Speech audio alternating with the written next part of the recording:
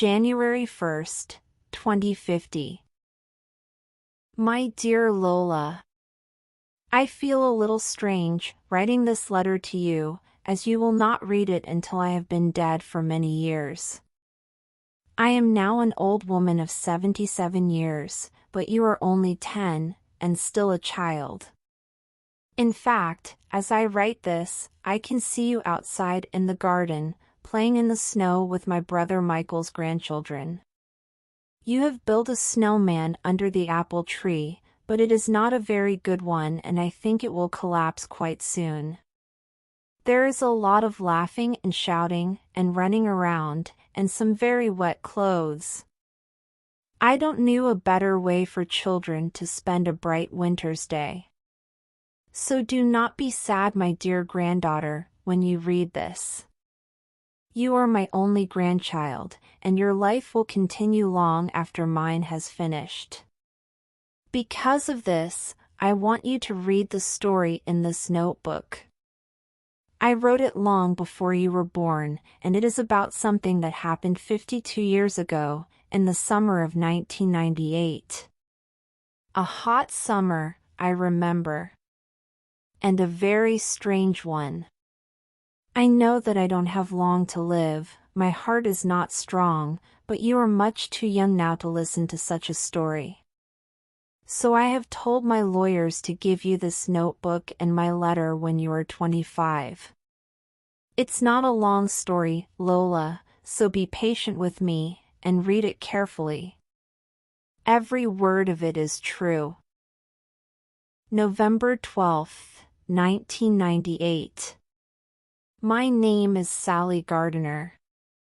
I am a school teacher, and I live and work in the small town of Moreton in Devonshire, a quiet, sleepy town on the edge of Dartmoor. Nothing much happens in Moreton. The people are friendly, but they are suspicious of change and of the outside world.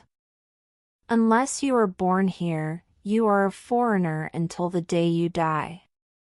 Both my parents and grandparents were born in or near Moreton, and all my family live here. I have 4 younger brothers, and more cousins than I can remember, and I enjoy being part of a large and noisy family. However, it is sometimes too noisy, even for me, so I live on my own, in a small cottage just outside the town. But there are always people coming and going from my parents' house or my uncle's farm. No one can be lonely in a family like mine. That was how things were last summer, the summer of 1998. I was 25, enjoyed my teaching job, had plenty of friends, and nothing at all worry about. It was in June that I first met Milo. It was hot, dry weather. My youngest brother, Tom, was staying with me at the time. He was 14, and was supposed to be studying for an exam. But Tom spent more time out on his bicycle or fishing with friends than he did working on his books. That Saturday I woke up very early. I had turned over to go back to sleep again when I heard voices outside my window. It was my brother Tom and old Bill Hayes, my neighbor. Morning, young Tom. Going fishing, are you? Old Bill was a retired farm worker and lived in the cottage next to mine. He was about 78 years old, but his voice was still loud and clear. I heard my brother whispering something, but I could not hear the words. Old Bill laughed. Go on, he said. I don't believe you, boy. Your sister wouldn't make you work on your books on a lovely morning like this. I could not hear my brother's reply, but I suspected it was not very polite. Old Bill laughed again. You'd better hurry then. I'll tell Sally you took your books with you. I heard Tom's bicycle going down the road, and then I got out of bed and went to the window. You shouldn't encourage him not to work, Bill, I called down to him. He'll never pass his exam. Old Bill looked up at my window. "Ah, come on," he said. "You're only young once. Let the boy enjoy himself. It's Saturday, isn't it? And look at the weather. You don't get many days like this." I looked out and up at the sky. It was a bright, clear blue. It was going to be a hot, still day. Old Bill was right. It was too good to stay inside. I dressed quickly and ran out of the cottage, up onto the path that led to the open moor. People say that Dartmoor is the last wild place in England. You can walk for hours and never see a house or a village. In winter it is a hard, cruel place, when the cold east winds whistle and scream across the empty hills, and the snow falls 2 meters deep and more. But in summer the moor can be a place of great beauty, with its bright flowers and the clear brown water of its rivers and streams. I was going to one of those streams now. I had discovered it long ago. The stream ran over some steep rocks and fell down into a small pool below. Round the pool, in a tiny valley, grew a few small trees and many bright green water plants. The valley was completely hidden. It was a secret, magic place. I had never seen anyone else there. I got there after an hour's walk and went and sat beside the pool and put my hands down into the cool water. The sun was still low in the sky, and there were long shadows across the water of the pool. The only sound was of water falling over the rocks. And then I saw the boy. He was sitting on the other side of the pool in the shadow of a tree. He sat quite still, watching me. I sat up suddenly. "Goodness," I said.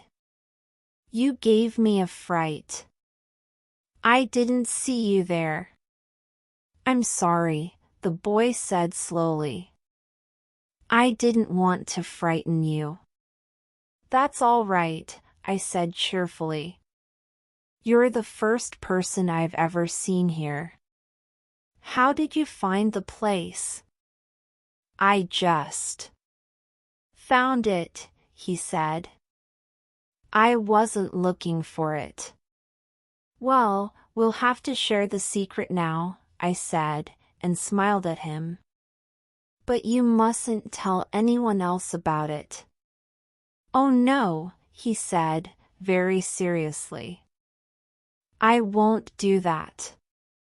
He got up and came and sat on the edge of the pool. I looked at him with interest. He was about 10 or 11 years old, with straight fair hair and very blue eyes. His clothes looked like some kind of school uniform, but I did not recognize it. "I don't think I know you," I said. "I know most of the children round here because I teach at Moreton School." "Are you on holiday in Devonshire?" He looked at me, and then suddenly he smiled for the first time. "You don't look like a teacher," he said. "You look too young." I laughed. "I have red curly hair and am not very tall. My brother, Michael, who is 21, always tells me that I look about 16. Actually," I said, "I'm 25, and I've been a teacher for 3 years." The boy looked at me curiously. "What do you teach?" he asked. His fair hair fell over his eyes and he brushed it back. "French. English. A bit of maths." He looked interested. "What kind of maths?" I was surprised. Most boys of his age did not want to talk about school lessons. the latest video, yes. Or the football scores. But not maths. Anyway, I told him about the maths lessons I gave to the 10-year-olds at the school. He stared at me. Is that all? He asked. I did not understand him. It's a lot to do in a year, I said. Some of the children find it very difficult. The boy looked at me, and then down at the pool. He said nothing, and seemed sad and lost in thought. He was a very strange little boy, and when he spoke, he seemed much older than his years. I was beginning to be rather curious about him. Where do you go to school? I asked. He did not reply, and bent over to put his fingers in the pool. The sunlight fell on his fair hair and it shone like gold. The sun had climbed in the sky and it was beginning to get hot. Perhaps he was shy. I tried again. If he wanted to talk about maths, then we would talk about maths. Perhaps he was one of those very clever children with brains like computers. What do you do in your maths lessons, then? I asked. He told me. He talked for several minutes and explained carefully and in detail the kind of maths that Einstein might have known about, but not many other people. I was astonished. And what else do you learn at your school? I asked. He told me. I became more and more astonished. He also told me how hard he worked. 10 hours of lessons a day, 6 days a week. It was not surprising that he sounded an old man. I thought of my brother Tom, who complained if he had to do more than 2 hours work a day. I told the boy this, and he became very interested. So I told him all about my brothers. About Michael, who wanted to be a doctor. About Roger, who played in a pop group. About Colin, who wanted to be a farmer. And about Tom, who did not want to be anything at all if he had to work at it. The boy smiled at this. He asked a lot of questions about me and my family, but he would not answer any questions about himself. Then suddenly he looked at his watch and stood up. I have to go, he said. Lessons begin in half an hour. So where is your school? I asked in surprise. It's at Batworthy, on the moor, he said slowly, watching my face. I've never heard of it. I stood up and smiled at him. You'd better hurry. You'll be late. Yes. He turned to go. I often come here in the early morning, I said. I'll probably come tomorrow. Will I see you here? He turned and looked at me. His face was still and serious. I don't know. This place is our secret, I encourage him. I won't tell anyone. And I'm Sally. What's your name? Milo, he said slowly.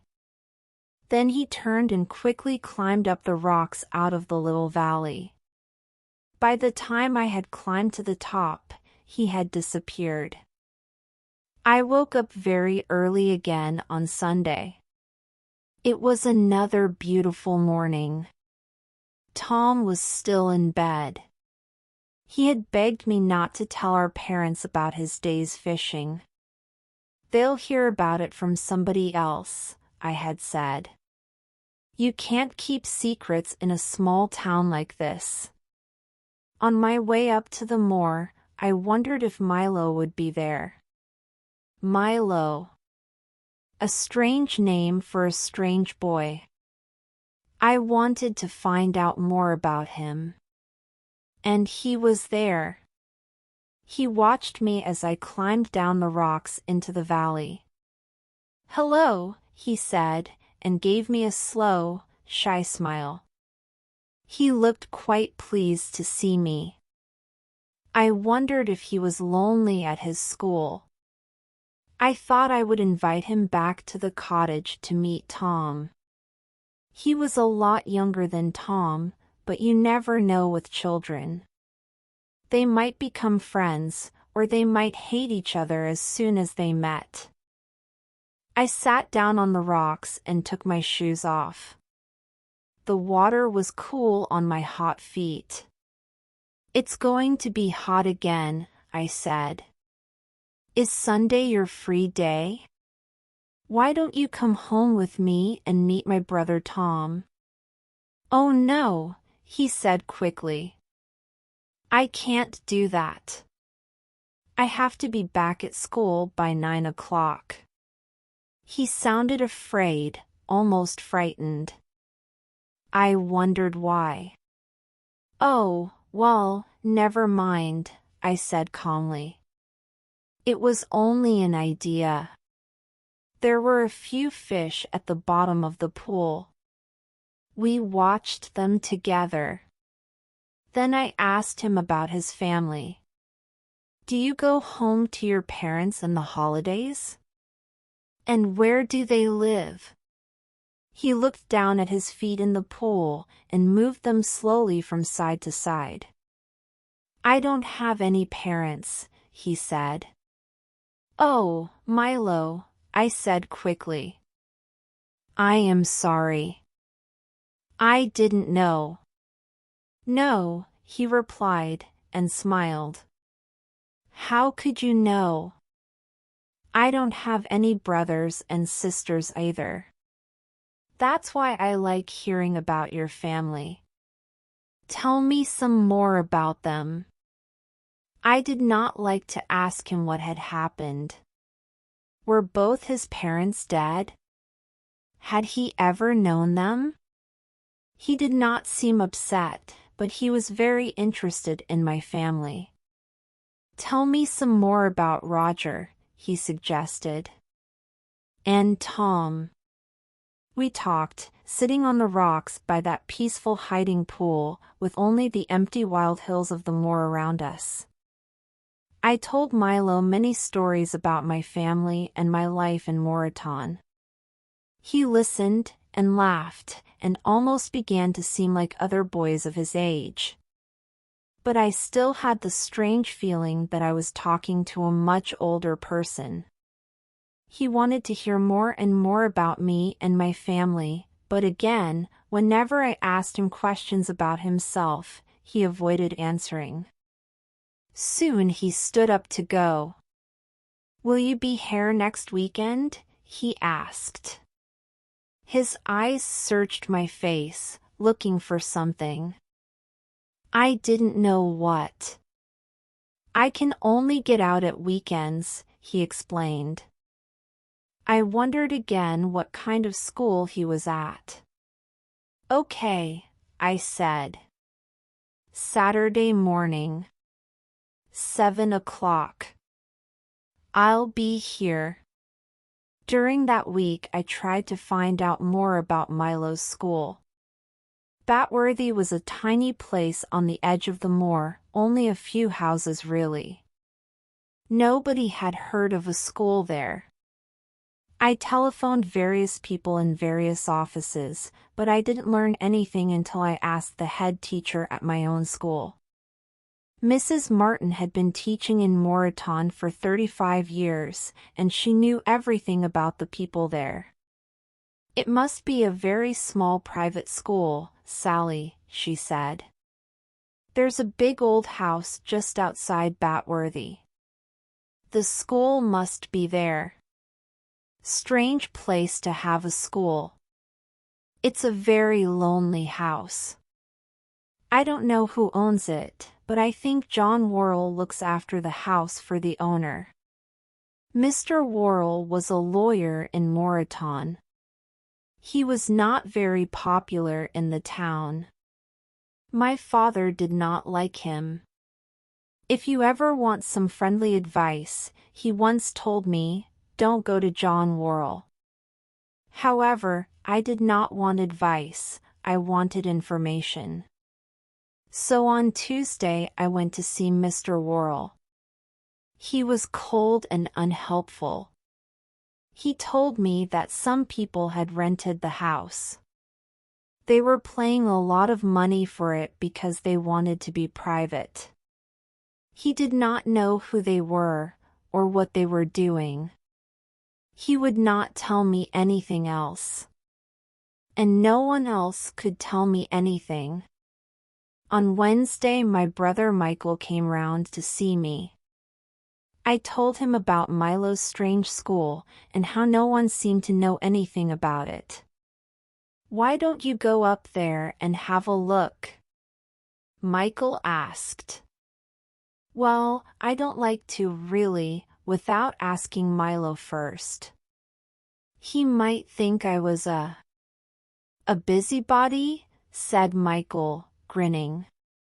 Thank you, Michael, I said. You say such nice things. I am not a busybody. Michael laughed and finished his coffee. Well, he said, you've looked for official information and haven't found any.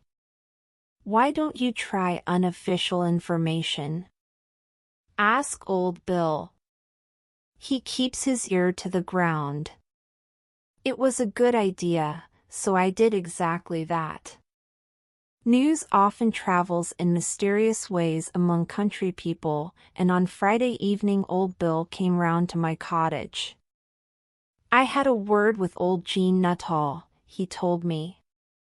She lives up on the moor. Strange woman.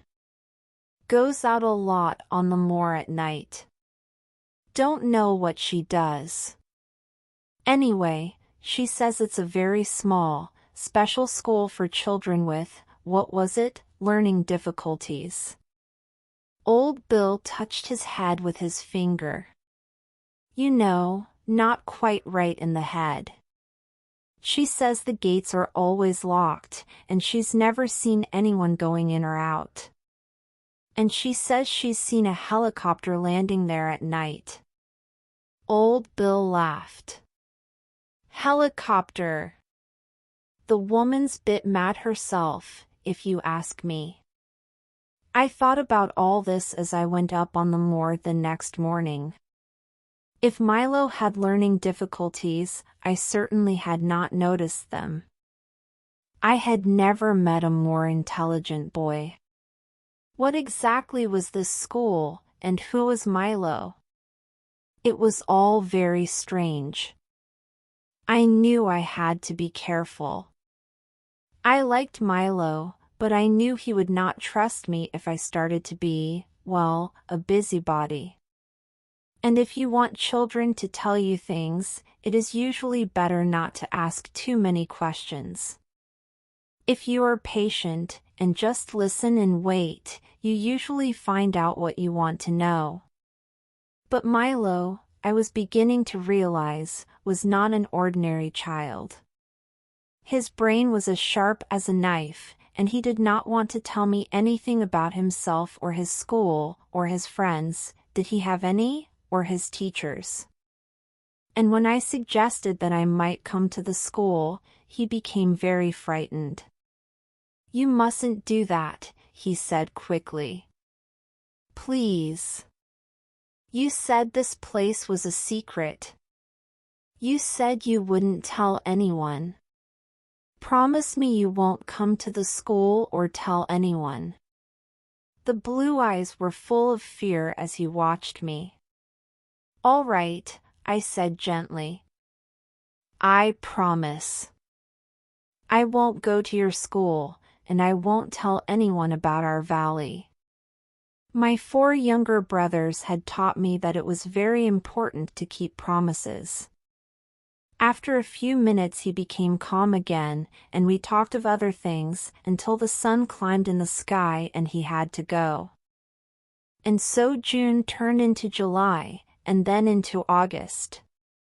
The weather continued unusually hot and dry, and up on the moor the earth was as hard as rock. The pool in our little valley became smaller and smaller, the water plants turned brown and died in the heat of the sun. I met Milo in our secret valley nearly every Saturday and Sunday morning, very early, before most of the world was awake. It was the only time he could get out of the school, he explained, without being seen. I had stopped asking questions, and usually spent most of the time answering Milo's questions. He was hungry for details about everyday life, about ordinary family life, about my life as a student, about everything, in fact.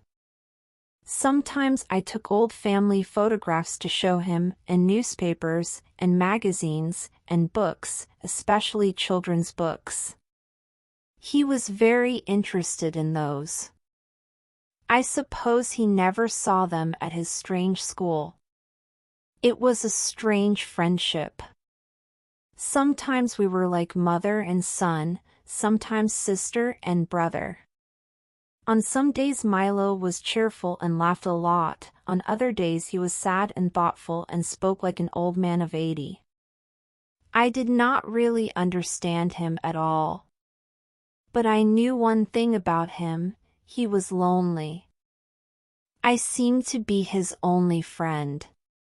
One Sunday morning in August, I was drinking coffee in my kitchen before going up to the moor to meet Milo, when Tom and Michael appeared at my back door.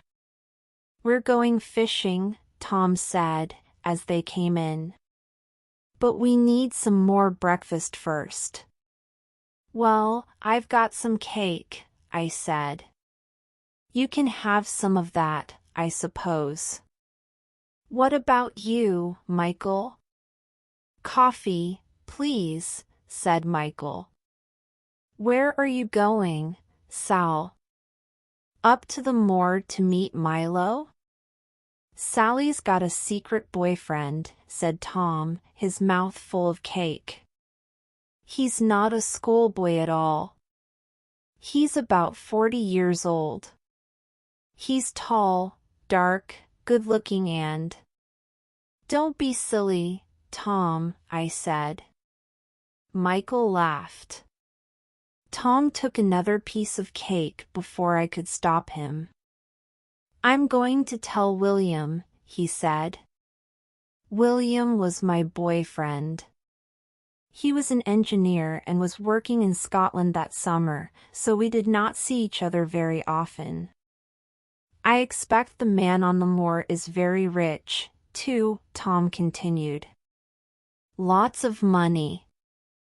And he's—" "Oh, be quiet," I said loudly. "And stop eating my cake. Go away.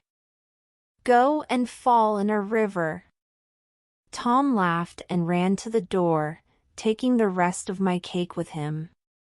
Michael followed him. "Thanks for the coffee," he called.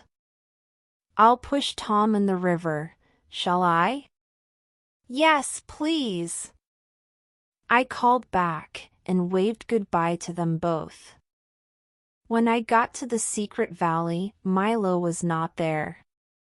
He arrived soon afterwards, but he was quiet and seemed worried. We talked for a few minutes, but Milo was not really listening. Suddenly he said, "I think I must go back now, Sally. I think someone might have seen me." "But it's Sunday," I said. "Can't you ever do what you like? Everybody's got to have some time to themselves." Suddenly I was angry. "Your school is a terrible place. It's like a prison." "Yes," said Milo very quietly. Perhaps it is a prison. He bent his head so that I could not see his face. Milo, I said quickly, we must do something. Can't I? He stood up suddenly. No. I must go. He turned and began to climb up the rocks. Then he looked back at me. Will you be here next Saturday, Sally?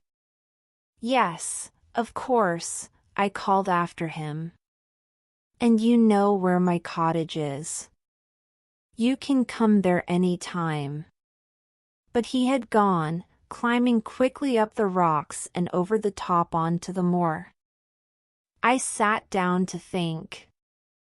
I stared at the dead plants by the pool, but did not see them. I saw instead a small figure running quickly and silently over the moor.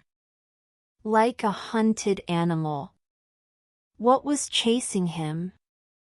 Or who? I waited a couple of days before I went to the school, in case Milo had got into trouble on the Sunday. I thought of a plan. I would pretend not to know Milo, or anything about him. I would say that I was a teacher at Moreton School, which was true, and that my school wanted to invite the children at Batworthy School to some sports afternoons, which was not true, but I was sure Mrs. Martin would agree to it. I planned very carefully what I would say. But I wasted my time. I did not get into the school, or even speak to anybody. The school was not easy to find. I drove up and down the narrow little roads, and finally found the house by chance. There was no sign or name or the tall iron gates, and there was a high stone wall all round the very large gardens. The gates were locked, and I could see very little through them as most of the house was hidden behind trees and bushes. I called through the gates, "Hello? Is anybody there?" But nothing happened and nobody came. I walked round the walls, but I could not see another gate. I came back to the front gates and called again, more loudly. Silence. I shook the gate angrily. The place seemed more and more like a prison. I suddenly began to feel that I was being watched. But by whom? I stared into the trees, but there was nobody there. After about half an hour of calling, and waiting and watching, I went home to think of another plan. I decided to telephone the Department of Education in London. Weren't there rules about what could or could not be done in private schools? But the man who answered the phone was no help. He said that anyone could open a private school, but that if the children were of school age, officials from the department would go to look at the school every few years. And have they been to the school at Batworthy? I asked. It's been open for almost a year, I think. The man on the other end of the phone sounded tired. There are thousands of private schools in this country, he explained patiently. We can't visit them all every year. Is there a problem with this school at Patworthy? Batworthy, I said loudly. B for Bravo. I don't know if there's a problem or not, but I think there might be. I think. If there is a problem, he interrupted me, we shall find it when we visit. And that was all he would say. He just wasn't interested. That Saturday I got to the valley even earlier. As I waited by the pool in the early morning half-light, I wondered if I was worrying about nothing. But Milo's school did seem a very mysterious place, and I did not like mysteries. I heard a noise behind me, and turned to look. Milo! I called cheerfully. Hi. How are things? He came and sat down beside me. I haven't much time, Sally, he began in a hurry. I have to get back. But I had to come and tell you. I can't come again. This is the last time. But why, Milo? What's the matter? What's happened? You came to the school, Sally. I asked you not to. And the video cameras saw you at the gates. The teachers showed us the video film and watched our faces to see if any of us recognized you. I don't think my face showed anything, but I'm not sure. And they're watching me very carefully now. It'll be too dangerous for me to come out again. There was a lot here that I did not understand. But why? I began. I'm not allowed to go outside the school, Milo explained. None of us are. The gates are controlled by computer and watched by video cameras. But I learned how to change the computer program so that there was no record when I went out or came in. It's quite easy to do, if you know how.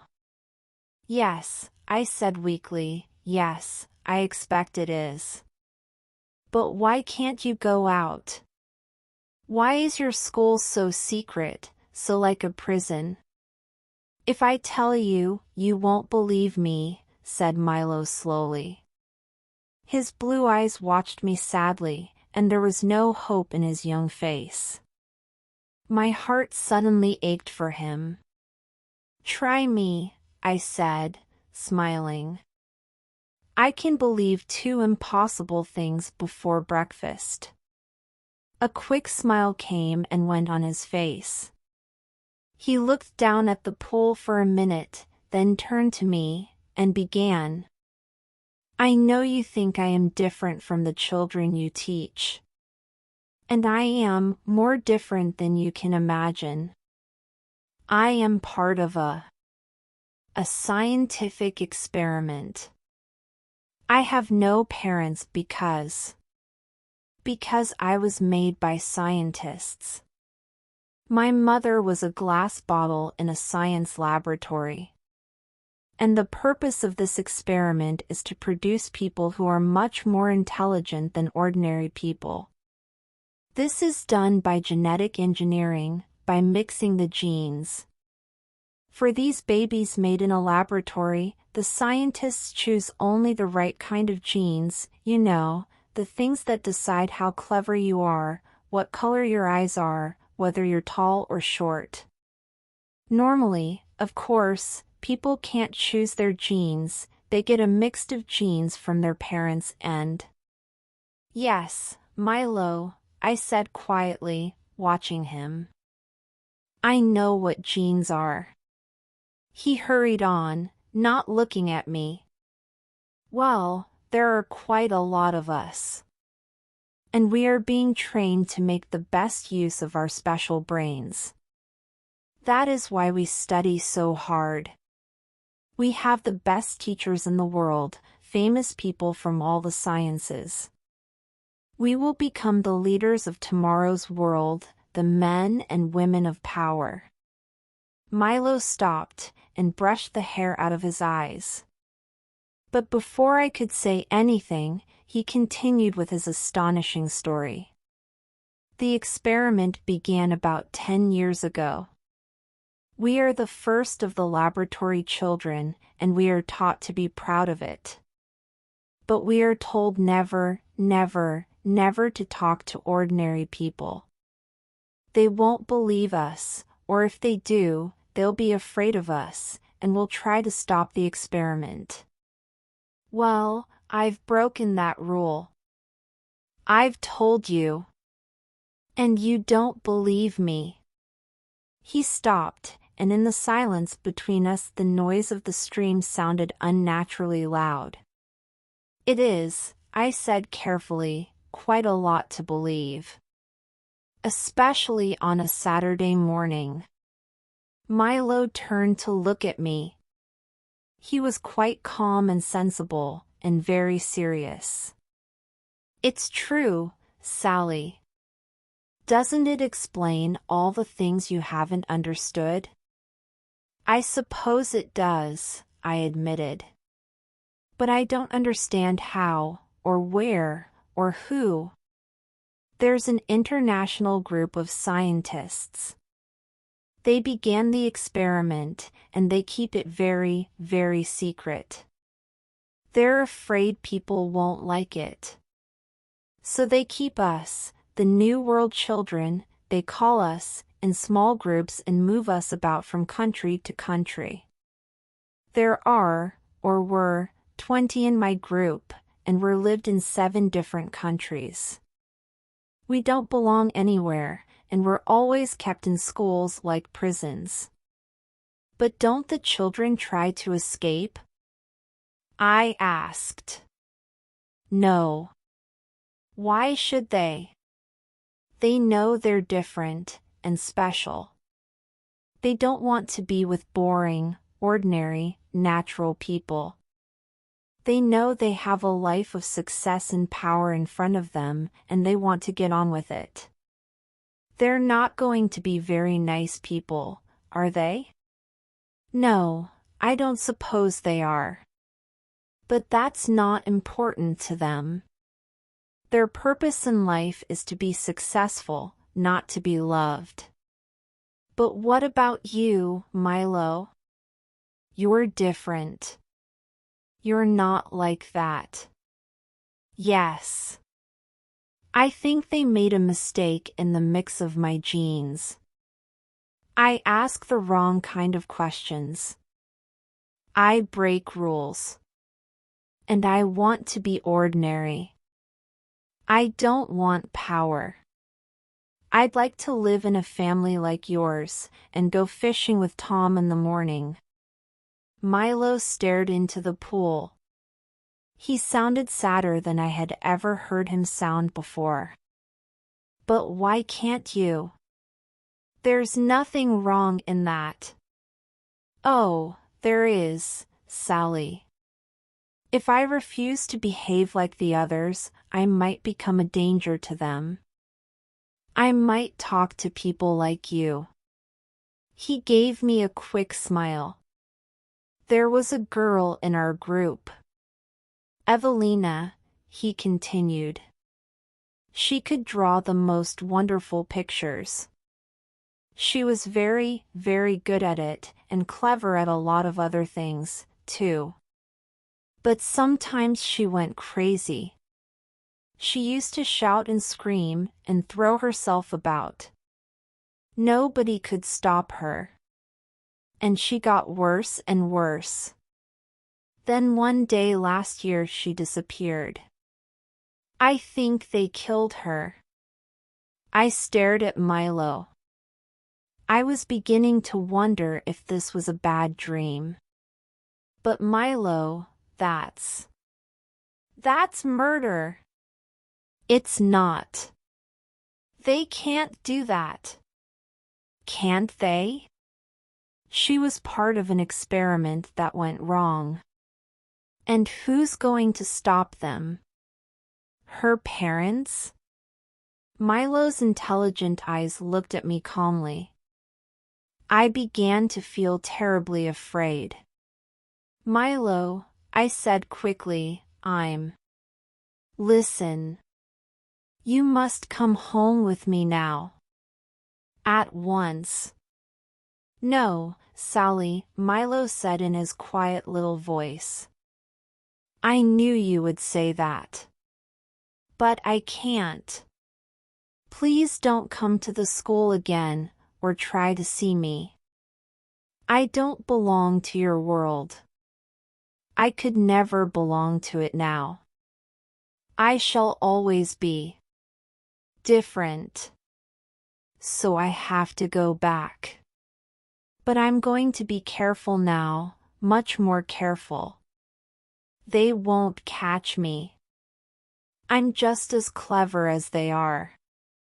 Oh, Milo, I cried, I know you are.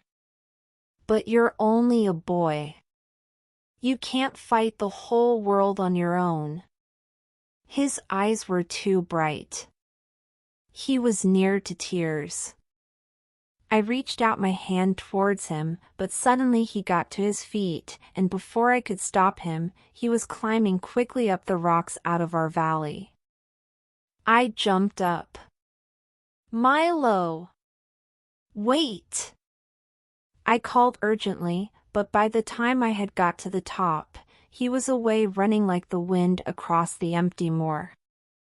Running too fast for me to catch him. At home I tried to think calmly about what had happened. I felt as if I had been hit on the head. I did not know what to think.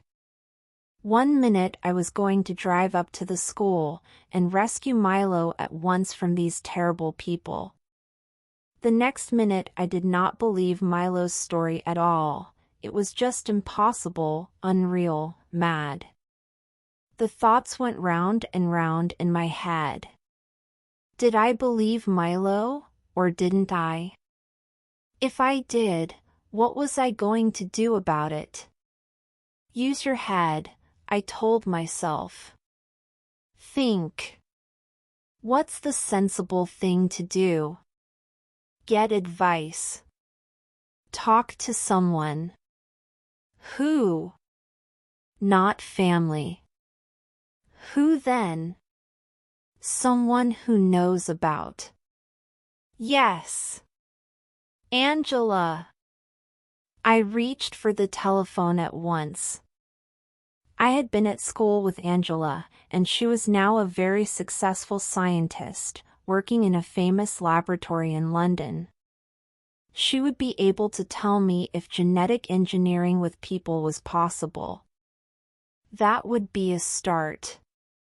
But Angela was away at a wedding, I learned. She would be back by lunchtime on Sunday. I decided to drive up to London and wait for her to get back. It would be easier than talking over the phone. I wish now I had not done that.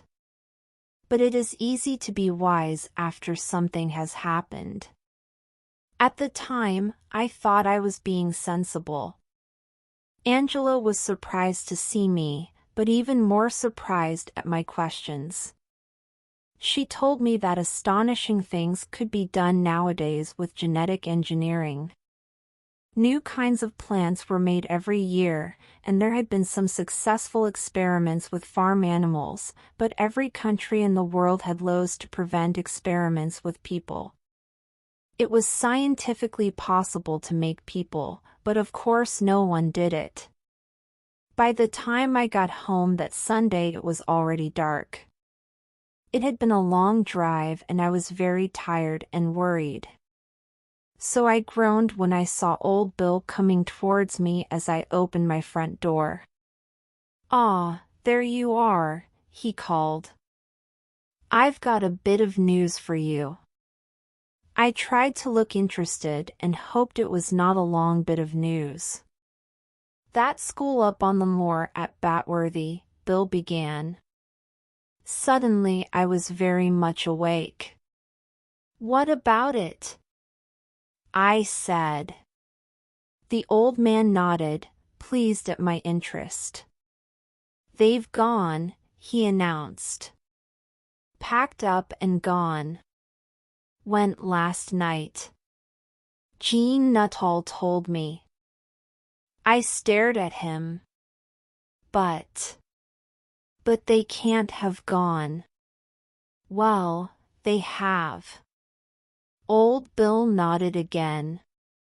"Nobody left in the place. Disappeared. The whole lot of them." I turned round and got back in my car. I drove as fast as I could up to Batworthy. But old Bill was right. The gates were open and there were no lights anywhere. In the moonlight I walked up through the trees and stood, staring up at the house. The windows, dead and empty, stared back at me. There was no one there.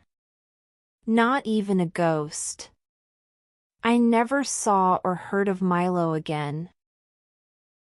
January 1st, 2050. And why, perhaps you are asking, my dear Lola, does my story stop there? What happened next, I hear you ask. The answer is nothing. Of course, I tried very hard to find out what happened to the school at Batworthy. And to Milo. I telephoned people, I wrote letters, I asked questions, but nobody could tell me anything. Or they would not tell me anything. The police would not look for Milo. Officially, there was no such person. He had no name, no family, there was no record of his birth. People told me I was crazy. Things like that laboratory children just could not happen.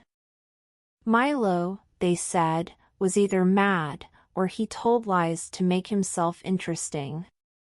In the end, I came to believe that Milo was probably just a sad little boy who lived in a dream world of his own. So I wrote down the story you have just read, Lola, put it away, and got on with my life. In later years, if I remembered Milo at all, I thought how silly I had been to believe him.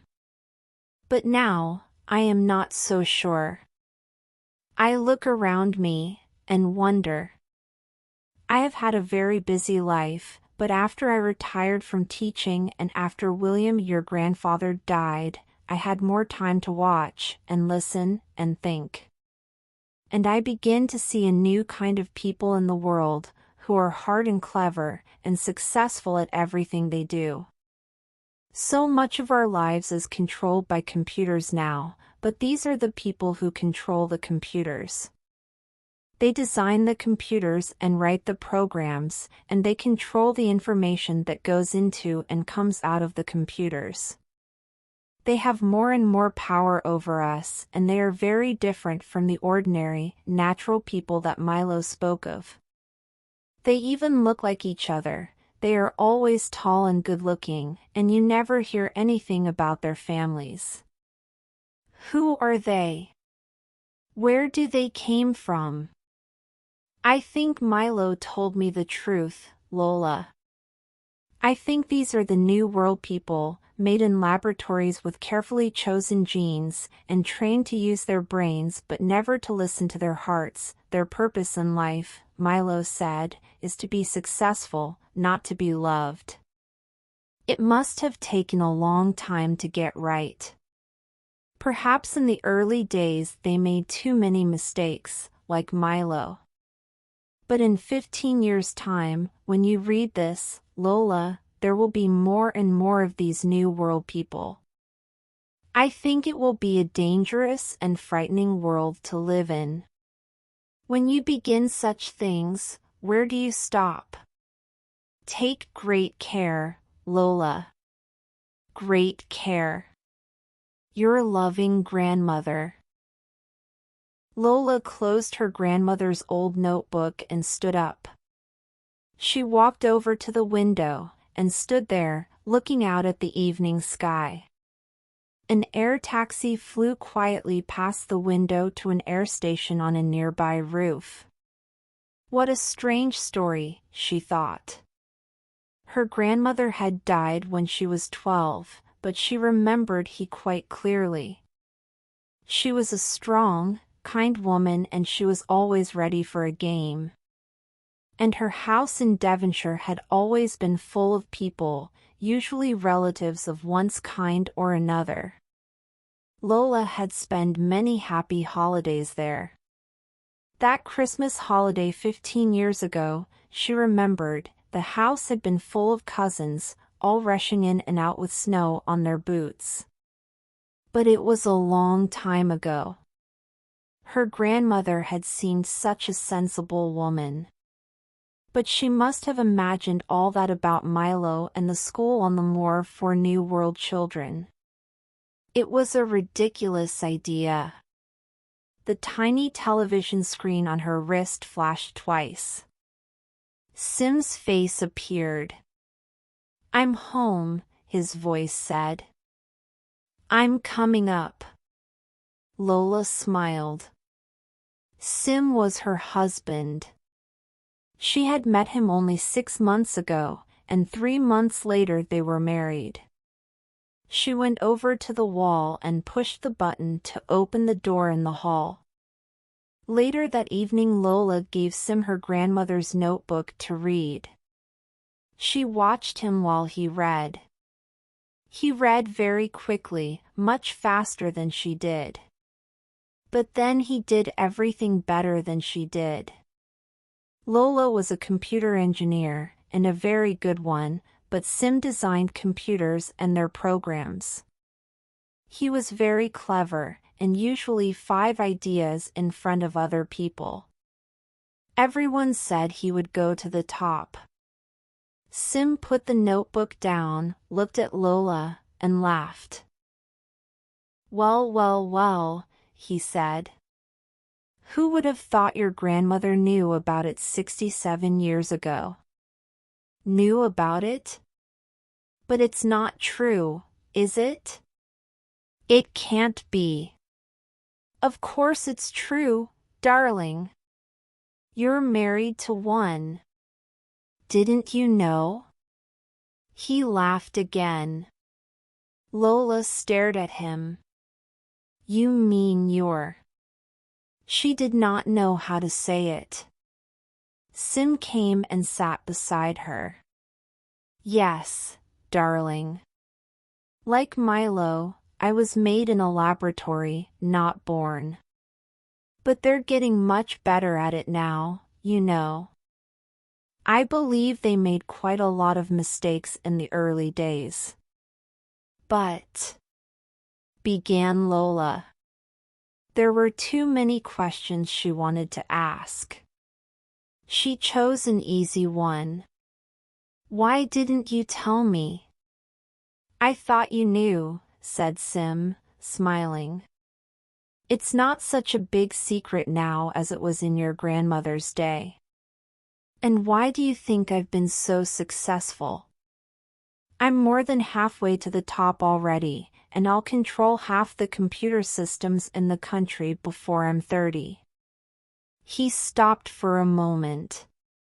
"What are you upset about?" "You're coming with me to the top." Lola looked at her grandmother's notebook. The writing had faded after so many years and the paper was brown at the edges. "It isn't natural," she said. "Don't be silly," laughed Sim. "Of course your grandmother was afraid of the idea. But that was a long time ago. We're modern people, living in 2065. There's nothing unnatural about it, just a little help from the scientists, that's all. Why fill the world with stupid people when you can make clever ones?" Lola said nothing for a minute or two. The ideas chased each other round in her head. "What happens," she said slowly, "when the world is full of these clever people?" "Well, of course, genetic engineering is only for the top people," Sim said impatiently. "We don't want a world full of clever people. That would be a great mistake. No, genetic engineering makes sure that the right kind of people have power. People whose brains didn't happen by chance. People who know what to do, and how to do it, and who can protect and control the lives of ordinary people." "But perhaps," said Lola, "ordinary people would rather control their own lives." "Don't be ridiculous, Lola. Life today is much too difficult. Mr. and Mrs. Ordinary just go from one mistake to the next. They live in a prison of their own mistakes. We want to make their lives better." Genetic engineering is the most sensible thing that's happened for years. And ordinary people, of course, can continue to have children in the usual way. Lola looked at him. I thought we were going to have children, a family. There was a small, cold feeling inside her.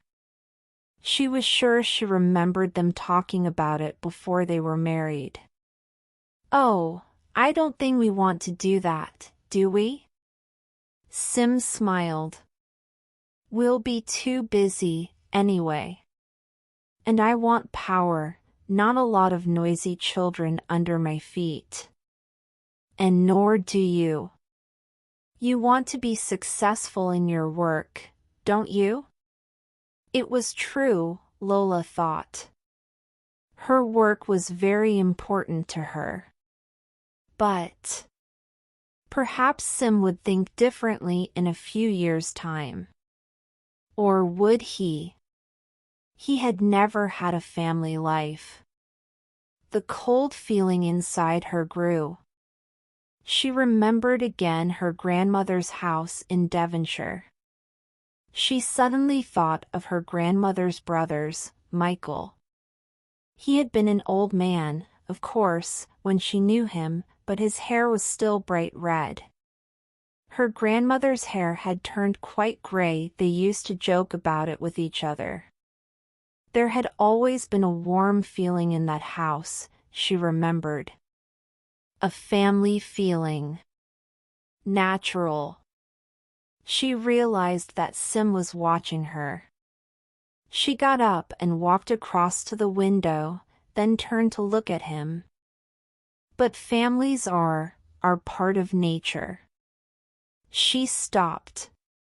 She felt she was not choosing the right words. Sim picked up her grandmother's notebook, looked at it, and threw it down again. What's the matter with you, Lola? He said. The world has changed. You're a modern girl. You must look forwards, not backwards.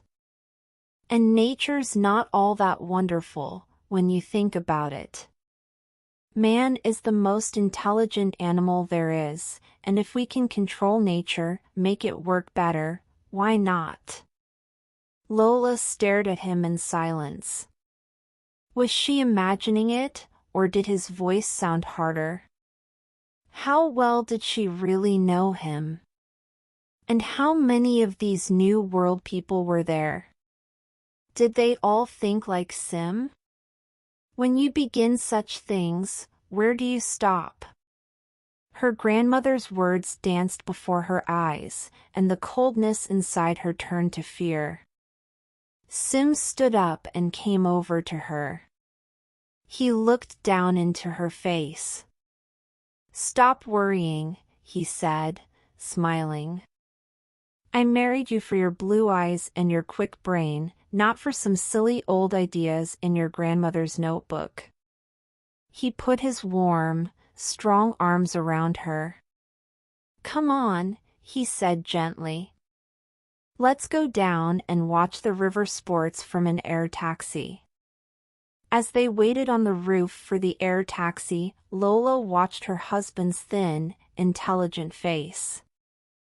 She loved him. What would she do without him? And of course Sim loved her. She pushed the fear inside her away. It was ridiculous to be afraid. Sim was right. Of course things were different now. Life was always changing, new ideas, new methods. Her grandmother's warning about a dangerous and frightening world was silly. It was all quite natural, really. There was nothing to worry about.